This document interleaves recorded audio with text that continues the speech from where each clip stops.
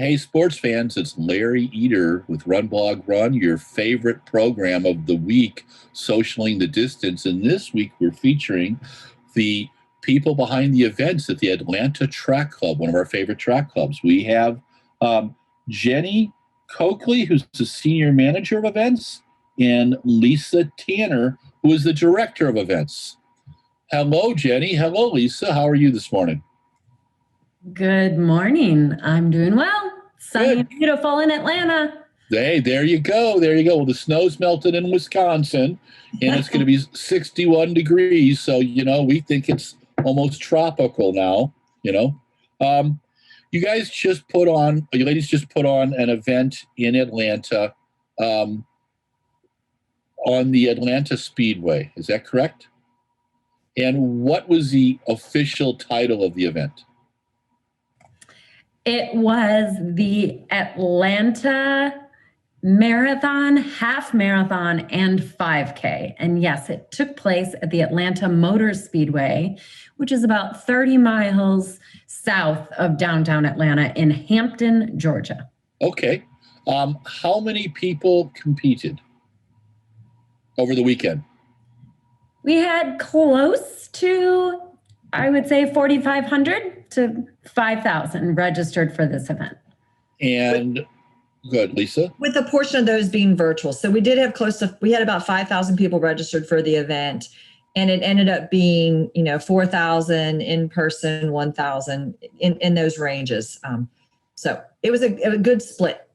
Okay. I want to talk about the virtual event first, because I'm really curious about virtual events.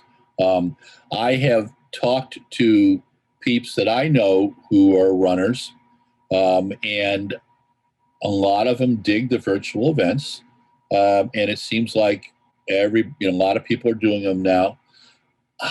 What's the protocol for a virtual event? People sign up for it, then their smartwatch, their smart product keeps track of the miles, and they can run it anywhere. Is there a certain time period as well? Yeah, so what we decided and what we found is that for every registration that we have open since COVID hit, it's an in-person and a virtual option. So people can pick. We charge the same, they register the same. It's just like picking between a 5K and a 10K distance that's offered at the same event. It's just another option. And what's been fun about it is it's been a way for people to, one, safely exercise, two, allow families from all over the country. People can kind of run a race together, because you could be in Wisconsin and I could be Atlanta and we're related and we want to do a race together. Oh, cool. Our marketing team has done an amazing job with using these events to engage socially. We have finishers badges and certificates. We send race kits, so they get the race number, they get the bib, they get the medal. They post pictures after. We have a leaderboard for our virtual participants. They're not awards based, but everybody can submit their times and they'll be able to track themselves on a leaderboard. So it's just been a really unique way for us to engage with the running and walking community. And how many virtual events have you guys had this year? Just roundabout, because I know. Probably half a dozen or more. Now, since the Olympic trials, you've done virtual events. Have you done events where live humans were at the event with your staff and your volunteers? Yeah, I'll just kick off and let Jennie kind of finish. But what we decided in May, I think for us as an organization, we decided, you know what, COVID is not going anywhere. We owe it to the running and walking community and to the Atlanta Track Club to figure out a way, what is going to be our new norm. So we kicked off a series of test events this summer where we tested with very, very small groups of people, and we were implementing our COVID safety measures. And with every event, we would adapt, we tweak things, and we would grow a little bit. And we've done maybe 9 events. Wow. With the biggest, the one that Jennie can speak about at Atlanta Motor Speedway a few weeks ago. Okay, now everything was planning for ultimately putting on a safe Peachtree July 4th. So we knew that was kind of the goal, was to get back to safe racing. So the plan is, as of now, to have July Peachtree as a actual event where humans participate. Correct. We announced that it will take place over 2 days. July 3rd and July 4th with a reduced field. Okay. And just looking to continually build upon producing events in safe ways. Cool. Okay. And Lisa, thank you so much. And Jennie, I want to talk about the event that you guys had recently. The part that has been getting publicity is Molly Seidel cranked a fast one, and she is one of the true wonderful characters of our sport. I get such a kick out of her. She has a lovely social media presence, and she, in reading the social media about her, she seems to empower people, especially women of all ages, into running because of her honesty and her and she loves the sport. It's very obvious. So, but there were an additional 4,500 people over the weekend. Were you doing COVID tests on site for people, or how do you guys go about these things? That's what I'm curious about. So we have come up with what we call COVID precautions. And Okay. for the most part, they are same across the board for every event. Mhm. So what that is first of all, we email out a health questionnaire to everyone who's going to attend the event. And that includes encouraging participants to forward it to their loved ones who might spectate. Mhm. So they need to fill out that questionnaire within 24 hours of arriving at a race site. Okay. Then the first thing that happens when they get on race site is, well, first of all, they put on their mask before they exit their vehicle. We have a strict mask protocol. You are not even allowed on site without wearing a mask. And you are expected to wear it the entire time, except when actually running the race. Okay. Then you go to the health screening tent. So we put it right at like the entrance of our venue. And there you will show confirmation on your phone, or some people print it out old school, that you took the health screening questionnaire.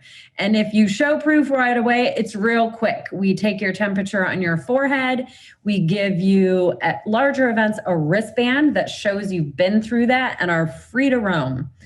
And then that ensures that everyone that is on our race sites is safe, and they themselves have, put it out there that they feel comfortable that they are healthy to be on site. Okay. Now, it was a little different with the elites, of course, with the marathon. They had to go through the very typical USATF standards, which required 2 negative COVID tests. And everything that they put forth for that event. And that includes their coaches and or managers, anyone who escorted them to the race. So Okay. as far as they were all concerned, yes, they were tested, safe, and sort of kept in their own little bubble. Mhm. And then the participants go through our COVID protocols.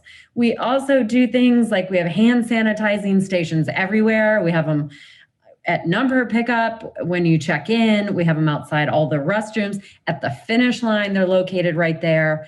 We have masks everywhere.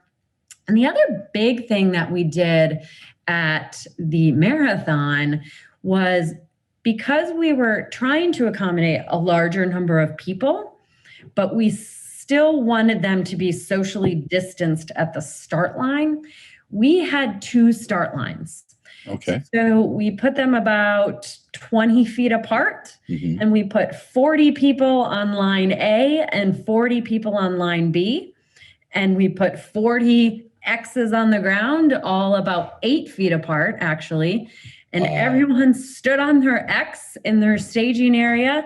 And then right after they started, they merged together. But because we have what's called race by appointment, which is choose your own time to come and race, Mhm. any pace can run with any other pace. So you have people who run a 16-minute mile running with somebody who might run a 7-minute mile. And that quickly distances everyone out in that course. So the minute they Yeah. start, they spread out. Wow. See, so I remember running the Boulder back in 1986, and it was the first time I had run in waves. And that year there were Steve Bosley had 20 waves, and I was like, wow. So this takes the wave idea and even breaks it down more. I love that idea with the X's. And here's one of the questions that my brain is wanting to know about now. You guys are in Atlanta, Georgia. The highlight, one of the places focused in our most recent election. And I live in Wisconsin, and I have people who wear masks and don't wear masks, and I get to hear all kinds of things. I wear a mask everywhere, and I do all. At the end of this, I will tell people, as Mike will laughingly tell you, I go through and tell them when to wear a mask, when not to wear a mask, and all that kind of fun stuff. So I'm pretty pro actually listening to docs. Have you had any issues, or is it pretty low key? Most people that come to your events get it and will wear a mask and respect what you guys are trying to do.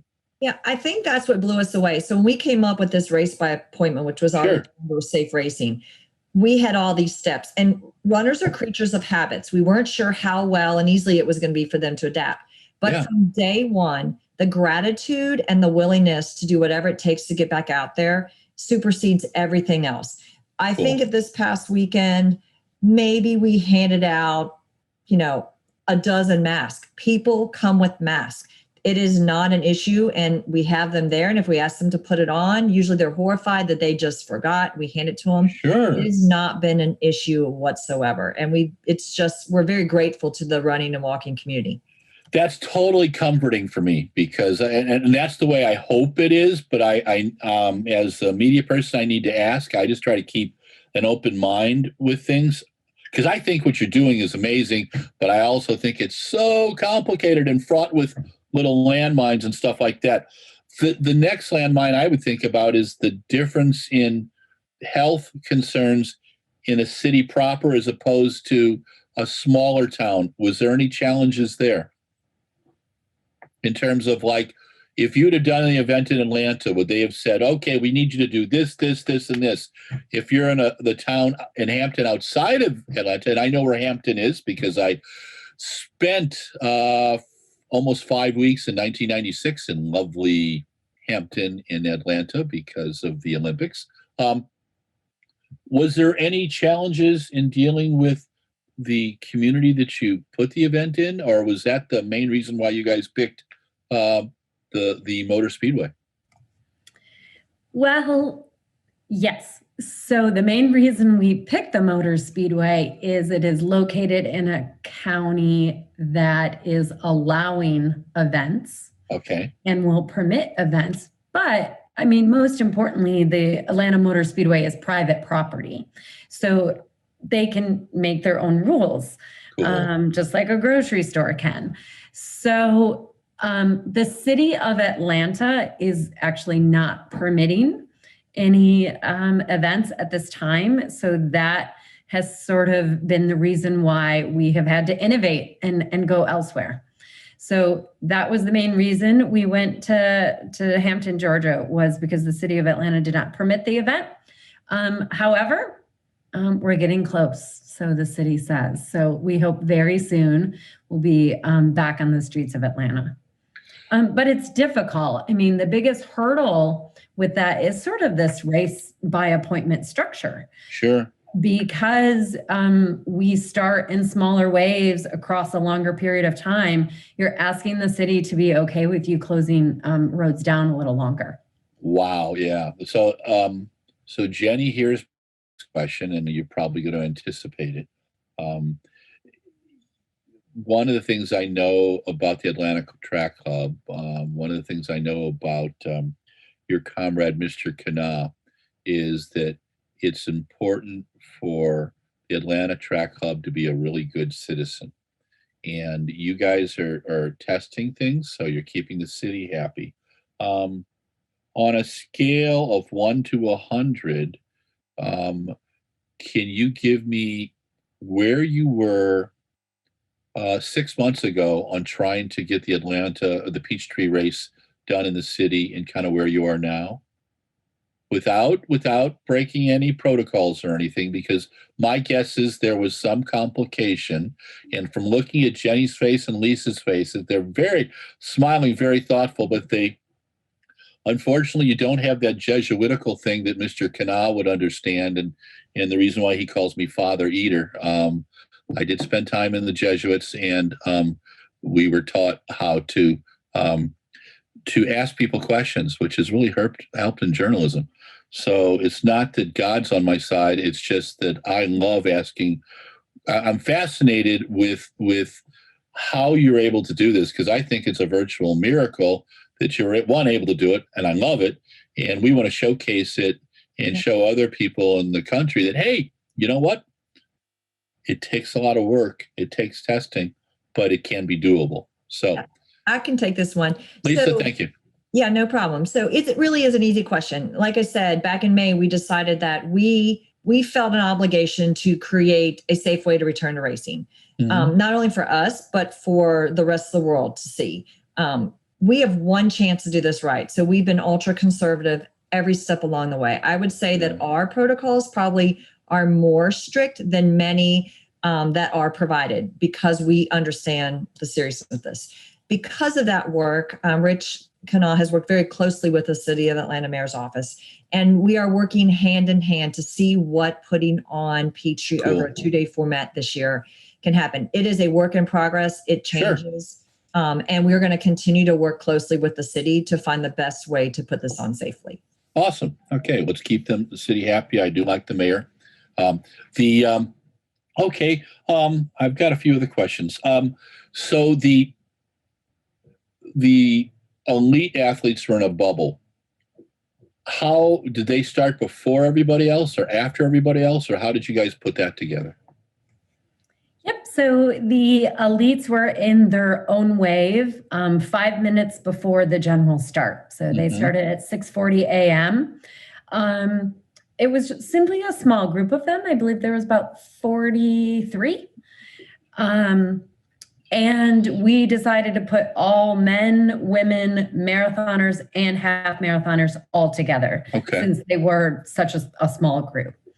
So, yep, they all went off in the morning. And then as they crossed the finish line, our general participants would take a right to get water, medals, etc. The elites took a left, and because we were at the fun Atlanta Motor Speedway, they were taking to a garage. Wow. where they housed the teams and the cars, and it was really convenient. So cool. they went to pit road and hung out in their garage, and were able to be met by their companions, whether it was a manager or loved one, etc. Here's another protocol question. You obviously had water stops on the course, because I understand the humidity was rather challenging. Are volunteers wearing masks in these situations? Yes, 100%. All staff, volunteers, participants, everyone wears masks. But you bring up a good point about water stops, which is another one of the sort of innovations we've had to have, because we are simply not comfortable with the open cups of water like we would normally have at a water stop. Sure. Also, open cups of water and pouring them require a lot more volunteers to be in close contact with each other.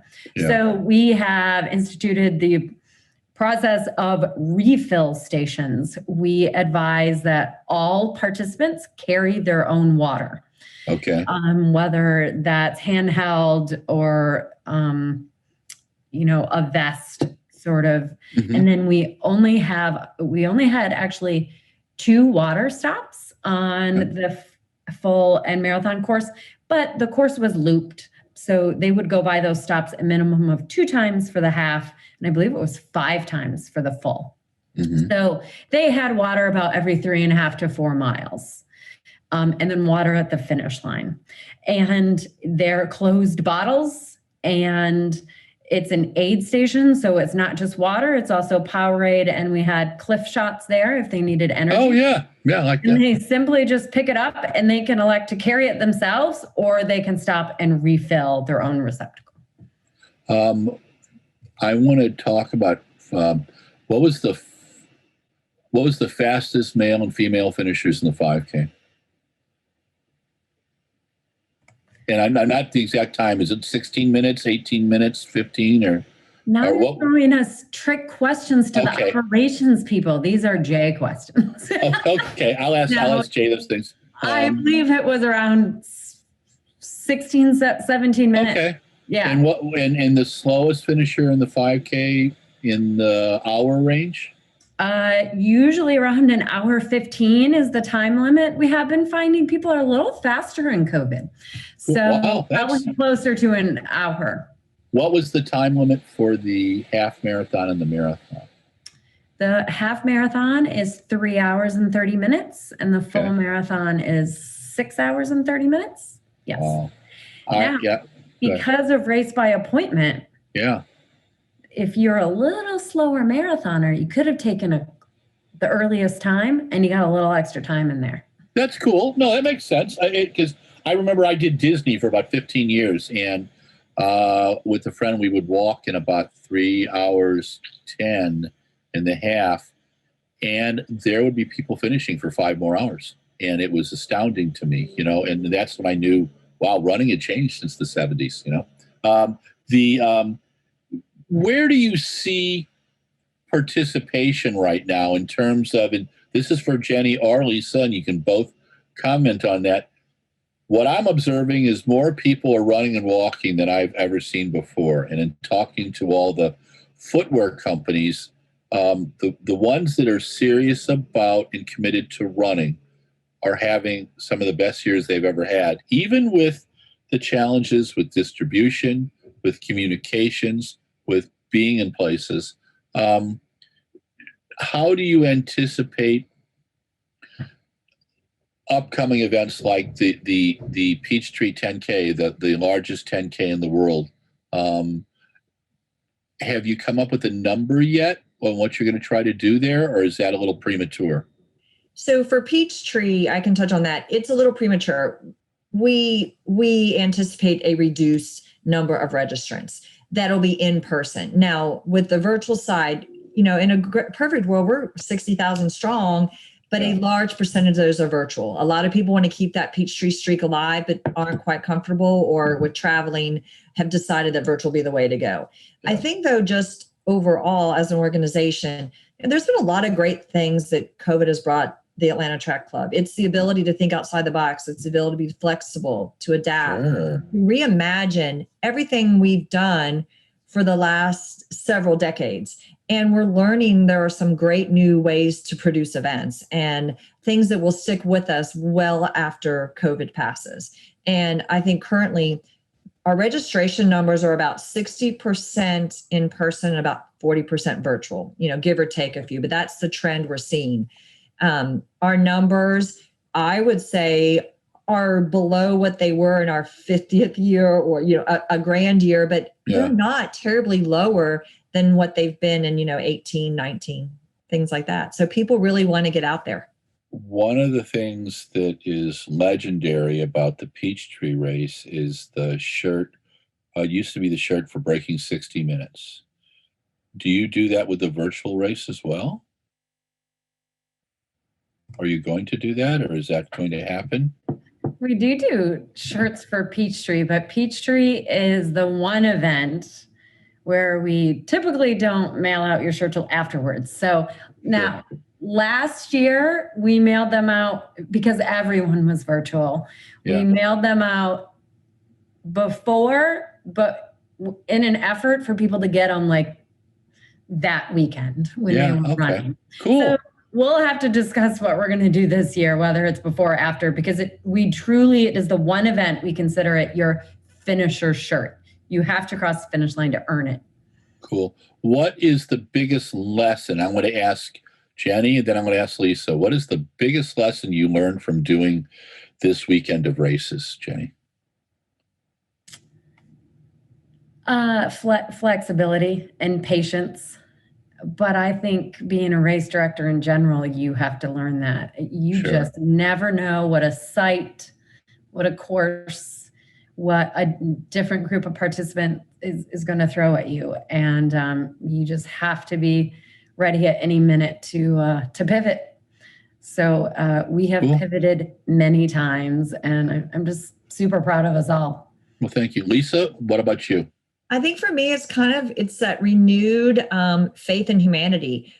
We've had a rough year on many fronts, and I'm blown away by the gratitude that we're seeing, the willingness of people to make themselves healthier. And I'm in awe of it every time we go on an event. All right, Jennie, what was the biggest surprise from the weekend? That Rich Kanawha is an exceptional parking lot attendant. Oh, is there a video of that? I would pay. There is not, because you couldn't find him. Oh, gosh. The story of Rich Kanawha. Yeah. Rich Kanawha is never above handing out a water, being on the course, or being a parking lot attendant. That's totally cool. I will have to ask him about that. He's probably gonna. Hopefully, I don't get fired for telling. Oh no, he won't. He won't. He'll look at me. He'll give me a smile, and he'll change the subject, which is, very. I think he loved it. I kid you not. He parked 4,000 cars almost as an island of one. Wow. Lisa, what was the biggest surprise for you? Well, I want to build upon that. So Rich is out in the dark parking cars, and at 9:30, once health screening was going well, I had this sick feeling, oh, shoot, we left Rich in the middle of a field by himself.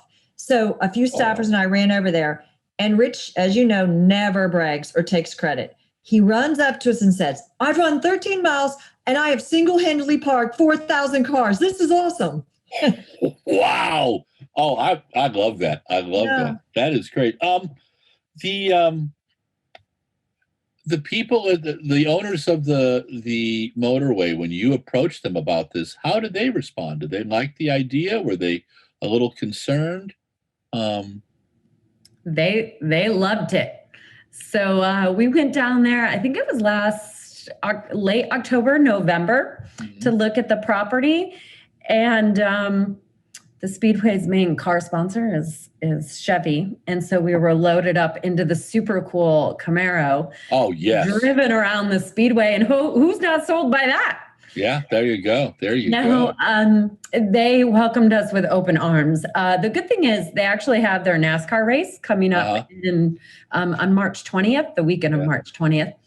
And they have found that road races like ours, have the least amount of impact on the property because we're not really in the grass. We're not bringing in large vehicles. So they were able to simultaneously get ready for the NASCAR event while we were on property. So it was a great partnership, and loved it. Well, I go back in I have 3,500 books behind me, all on running stuff, right? And I have results of everything. And I went back to 1977 Laguna Seca, and they did a 6-mile race with just elite athletes. And it's one of the first times I saw. And the funny thing is, a lot of these motor courses haven't been, like there's one by us where my buddies go to watch, demolition derbies and go to watch, some of the other stuff. It sounds like a great second use. And I just don't want to get, the raceway guys coming and give me trouble. But I think the creativity is what I'm fascinated with. And when I had checked in with Rich, he was very proud of both of you for what you two had accomplished. If you were talking to, I'm going to do the virtual thing. So this is for Jennie and Lisa. You're in a room, okay, and we're socially distanced. You have a couple hundred race directors who are terrified about going from virtual back to humans. Give me the 2 biggest lessons, Jennie, that you've learned from dealing with humans again. Perception is everything. you need everyone to feel safe. So space, PPE, whether it's hand sanitizers, masks, signage from the CDC, that just makes people feel as if they are in a safe place. And your venue has a lot to do with that as well. The more open air, the more, asphalt or open field that people can roam in, the better. So that's a big one. And then but at the same time, have faith in people that they understand, that they will comply, and by being there, they are showing us support. Yeah. And we need to embrace that and do our best to make their experience as great as it's ever been. So. Lisa? I think for me, it is choreography. I think we choreograph their every moment from the time they pull into the venue. We choreograph. So there's no need for them to have to think or figure out. We guide them through every step. So I think along with that is just providing leadership to not only the participants at Atlanta Track Club events, but willing to be great community partners and leaders to others willing to try it. Because we're blessed in that we have the resources to do this. A lot of race directors are mom and pop, and they're struggling. The sports industry in a whole is struggling. Yeah. But a lot of people in our industry, even more so, because they're smaller organizations. So we would like to be helpful. Yeah. So I've covered 70 events remotely now since February. And I was supposed to be in Poland, one of my favorite places. If you ever get a chance, and the town was called Torun, and it's where Nikolai Copernicus is, but it's also the mascot for this event was a 7-foot tall gingerbread man. And they have gingerbread there that looks like loaves of bread, right? But what's interesting in all these events, you're the first one who's talked about choreographing things, and I really like that term. When I go to events in England to a track meet, the thing that I always respected was how the management did things for the fans in the stadium, had production for the TV audience, did things for it's like you have all these worlds that you're bringing together. And the choreography is a perfect word for that. So thank you. I think that's very cool. You have a group of doctors or medical professionals that worked with the Atlanta, the Peachtree 10K, because I've heard about that for years. Do you guys have an advisory council on events now? Yes, we actually do. And it's started out small, but then it has grown, and it is currently growing for Peachtree. So yes, we have a group of people that we've consulted every step of the way. We run our plans by, they poke holes at, so 100%. But that advisory committee will take on a life of its own around Peachtree. I talk with the CDC every few days, and then I deal with a young man out at Stanford University who is getting his PhD in the study of pandemics. And when I asked him about exercising outside, he said, look, yeah, within normal stuff, you can do it. You got to be careful. And it sounds like you guys are doing all those things. What I would love to know, without putting you both on the spot, would I be able to get a list of the protocols that you do for things? Because I would like to distribute those, put them up as a PDF with the piece we're going to do with you two. Would that be okay? Yes, we can send you something, but we actually post them on our event page for every event. Oh, cool. It is a public document. Now, awesome. We have to tweak it per event because every venue has different challenges, but we can just send you a few samples. I would love that, because I think that, and I would expect nothing less from the Atlanta Track Club. Julie Emmons is smiling in the background, is Rich, and you guys have led the sport for such a long time. I wanted to ask you about your track meets, because you've done all comers meets, which I dearly love, and you did a couple of virtual meets early on, which were totally cool, where you had the I think it was the Nike Oregon Track Club versus your guys. Were you able to do meets during this last summer and fall, or did you have to pull those off, and are you looking at bringing those back? So our meets were in May and June last year. So we Okay. did not, because it was too new. But we are currently developing an all-comers schedule that will allow us to, again, hold the events. So in 2021, we are holding, I don't think I'm misspeaking, every event that we would have held pre-COVID. Cool. It just looks a little different in some cases. Yeah. I was talking to some track meet organizers and then some just kind of key players, and most people seem to believe that it's going to take us till about 2022 mid-year to kind of get back to whatever normal is.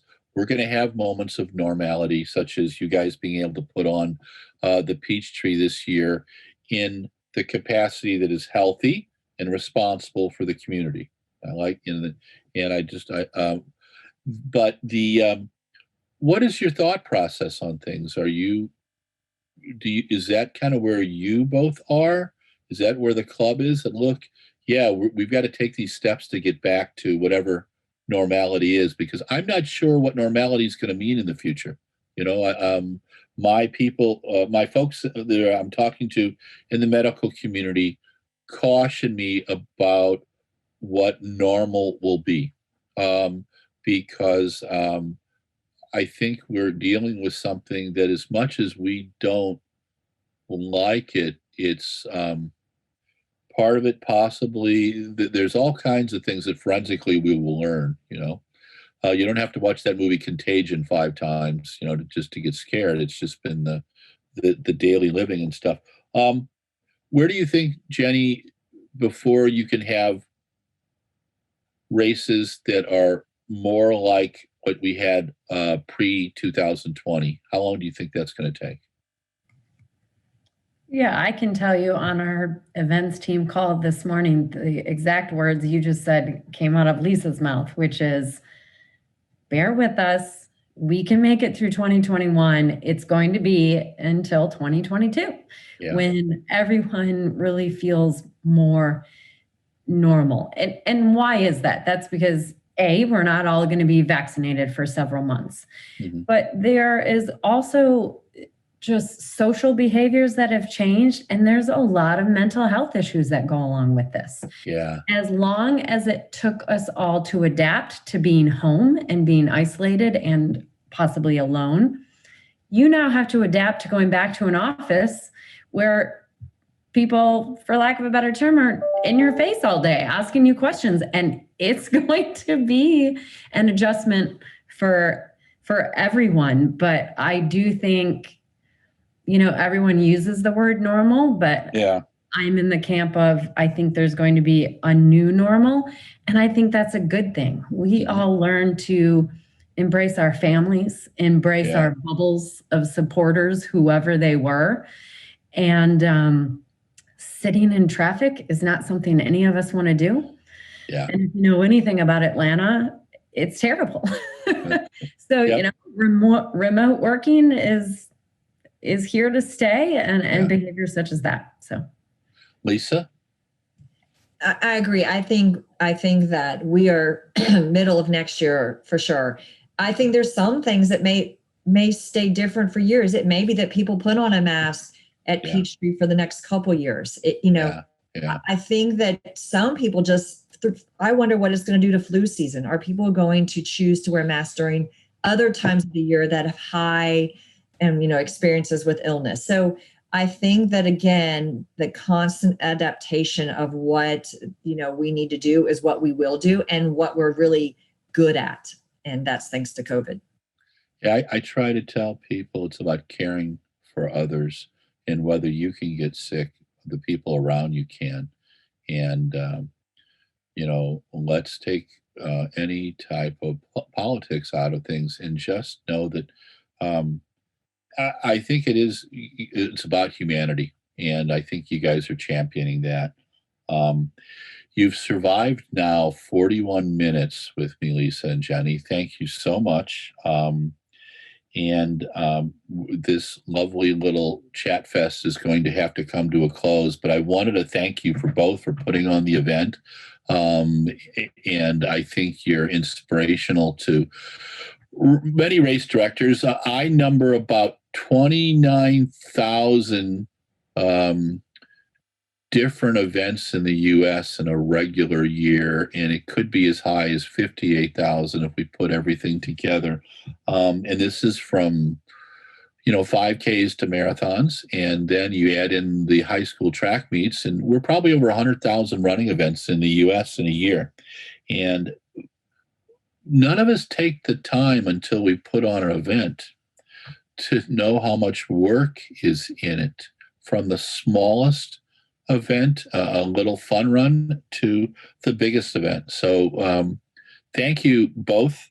And I will have to ask Mr. Kanawha about parking cars, and I'm going to offer a gift for anybody who has a video of him with this, because that would be, we could get a lot of viewers of that. So I would put it up on. Let's take him viral. That would be so much fun. And oh yes, that would be so cool. Yeah, he would. There would be that look. There would be a little dour look on Mr. Kanawha's face, and we wouldn't want that now. But Lisa Tanner is the director of events at the Atlanta Track Club. Jennie Coakley is the senior manager of events, and they have survived 42 minutes of my weekly inquisition that we call Socialing the Distance. This is Larry Eder with RunBlogRun. Thank you, Lisa. Thank you, Jennie. If you like RunBlogRun, like us at Facebook, Twitter, and Instagram. If you love us, subscribe to YouTube. We've got about 2,500 videos and audios up there, and not all feature me. Most do, unfortunately. But there's always a pithy question. But please, everybody, stay safe. If you're indoors, wear a mask. If you're outdoors, can't be 6 to 8 feet. I really like that, 8 feet. Wear a mask. I want to see you at a big race, but we're going to do it safely and be patient. Jennie and Lisa, thank you so much. It was awesome. Thank you. It's a pleasure. Hey, sports fans, Larry Eder with RunBlogRun. This is your favorite program, Socialing the Distance. This week we featured two folks from the event department at the Atlanta Track Club, Lisa Tanner, who's the director of events, and Jennie Coakley, who's the senior manager of events. And last weekend, after putting on 9 different events where they were testing different size live groups, they held an event with a 5K, half marathon, and a marathon at the Atlanta Motor Speedway, about 30 miles away in Hampton, Georgia. And it had an elite section as well as a human section, 4,500 athletes actually there. And there was about 1,000 virtual athletes. They've been doing virtual events since the pandemic hit. And this is all about building up to being able to, on July 3rd and 4th, doing a Peachtree 10K. And they're trying to show the city fathers and mothers of Atlanta that they can follow instruction and that they can do this in a safe and healthy way. What was fascinating to me was the protocols on safety, the attention to detail. Not only the wave starts, a la what I remember from the Boulder back in '86 when I first ran that, to X's every 8 feet, because it was almost race by appointment. So you'd have someone who was running 16-minute mile pace and someone running 7-mile pace, and very quickly, obviously after the race started, they had separated themselves. You carried your own water. There was water stations, and afterwards there was water and Cliff stuff. They had about 43 people in the elite and everything, and they had them start together the marathon, the half, and the 5K. Molly Seidel was the top woman. Obviously, she did really well and made a lot of news. But I think the way they handled this, having it on the speedway, gave them a chance to see how you could do an event safely. And that's going to be part of the challenge. You know, there's all these virtual events, and Some of them I really like, and some of them I'm a little concerned about. Mostly the one I'm concerned about is the Boston Marathon, and we'll talk about that at another time. But I think that what Atlanta is doing makes a lot of sense, and they've already got plans in place now to bring in some all-comers meets and build towards the Peachtree race, which is the largest 10K in the world. The issue will be this year, it will not be that is big. There will be limited fields. There will be shirts for the finishers, and they're juggling all those things and trying to figure that out. Remember, last year the whole race was virtual. This year there will be, obviously, they're going to have the race over 2 days. And how do you do it safely, and how do you close down streets in the city of Atlanta? That's going to be a challenge. But I'm sure Jennie Coakley and Lisa Tanner will be able to do it. They were fantastic. I think there's a lot of protocols that we can learn. And I love the word that Lisa Tanner used in choreographing the events. That makes a lot of sense. And Jennie talked about people having to feel safe. I think that's really important as well. It's going to take us until mid-2022, perhaps 2023, before we all feel all together again. And I think Lisa and Jennie both said, you're probably going to see people wearing masks in big races for the next couple of years. I think so. I think this is, I think that the pandemic has come upon our psyche and has cemented itself there. And I think that there's good and bad from it. I equate it very similar to people who survived the Great Plague in London in the 1660s and the Justinian plague in Rome in the 4th and 5th century. It's very hard for most Americans now to say they don't know someone who's died who've been sick. My father passed away in the hospital, and I couldn't see him. And that's one of those things that'll be with me for the rest of my life. But the living and the way that we celebrate life is the important thing. And I know that my father would want me to do all the crazy things that I continue to do, to get back over to Europe and to see friends and to interview people and do what gives me life. And I think you guys should do what gives you life too. And I thank Jennie Coakley and Lisa Tanner for being able to do that and celebrate that, as race directors do all over the country. You know, there's at least 100,000 races in this country, and add on the high school track meets and cross-country races, and we're close to 200,000 events a year, big and small. And we don't give respect enough to race directors who do the events and the officials and the volunteers. And now they're on the front lines at events. So everybody needs to stay safe. But thank you, Atlanta Track Club, for showing us that, hey, being a little creative using the Atlanta Motor Speedway in Hampton, Georgia, you were able to give 4,500 actual runners and walkers a chance to participate, a chance to do something and focus on something. And I think that's important.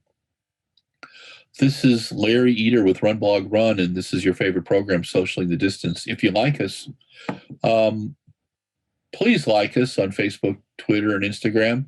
That's how we get paid, is through the eyeballs. If you love us, subscribe on YouTube. We have 369 videos plus audio for 2020. We have over 2,500 videos and audio since 2010.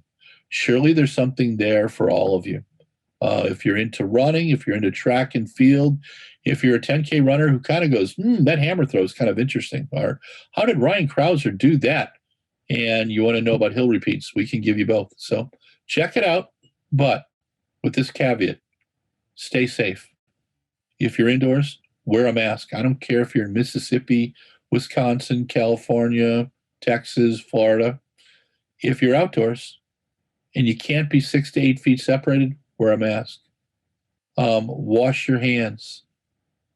I want to see you at a road race or a track meet, and you come up and say, hey, Larry, we're doing pretty well now, but, we got to still stay safe, okay? Peace out. thank you to Mike Deering for producing this and trying to figure out when I'm going to be actually done with the epilogue. So, Mikey, we're done.